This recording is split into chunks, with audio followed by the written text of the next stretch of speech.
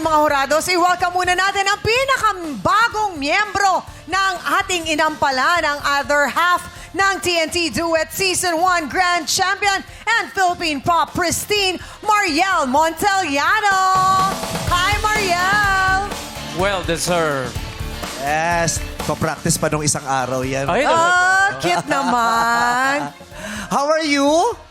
Good, ate. Thank you po for the opportunity. Maraming salamat. Nininervyos ka? Medyo po.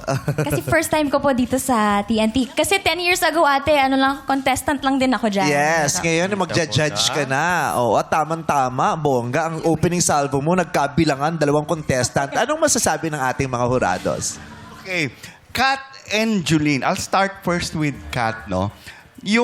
Ang feeling ko kasi, okay, I dream the dream. Everybody, most of us know that song.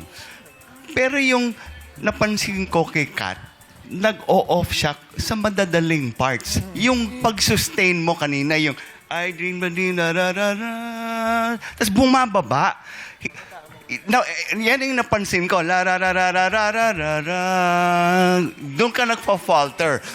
Falter, doon ka nag-o-off sa tono, no? Hindi sa mahihirap na parte. Yan yung napansin ko kay Kat. Did you notice Yes, that? kaya din po ako nagtanong kay Oo. Sir Louie kanina kasi medyo rich yung tone ni Kat, pero may mga parts na hindi lang na panindigan, kumbaga.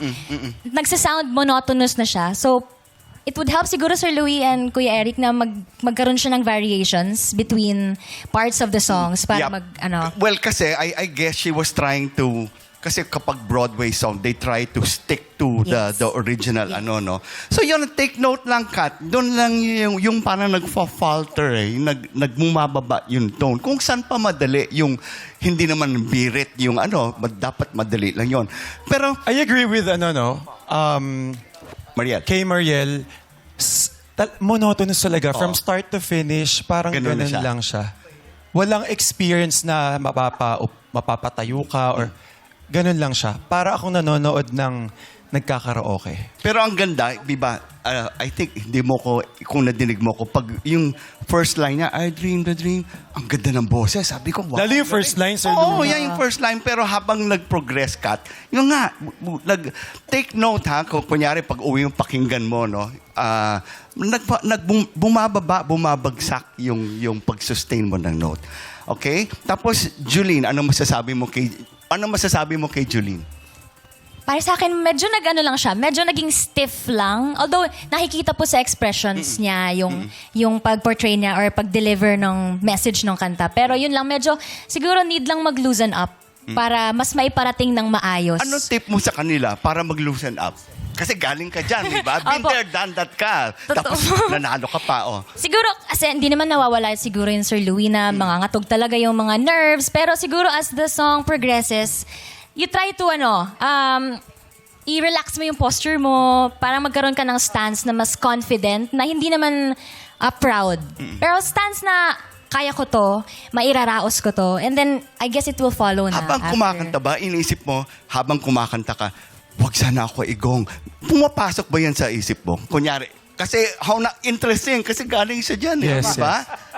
Nasa isip mo naman po na sana, ay hindi ako magugong. Dapat nasa isip mo na dapat hindi ako magugong, pero gagawin ko yung best ko na hindi nila, kung may mga pagkakamali man sa So, dapat first. hindi Oo. nila isipin. Dati ba tumitingin ka sa nagtataas ng kamay habang nagpe-perform? Alin po, sorry po. Tumitingin ka ba sa amin or sa punong hurado para magtaas ng kamay? Hindi ko ina-anticipate, pero pero syempre makikita talaga na may so magkakaroon na siya ng drive pa dapat. Nakita mo kami, bumilang kami. Opo. Kinabahan din ako eh. Pwede ka rin bumilang pag Opo. feel Julene, okay. Hindi, papunta tayo kay Julene. Sige. Pili ko sa ilalim yung daliri ni Mariel buong nagbibilang. Gumaganon. Hindi niya lang natataas yung kamay niya. Pero, kasi si Darren, kahit nasa concert kami, nagbibilang siya. Pag ganun. Ay, gano'n. Ay, grabe!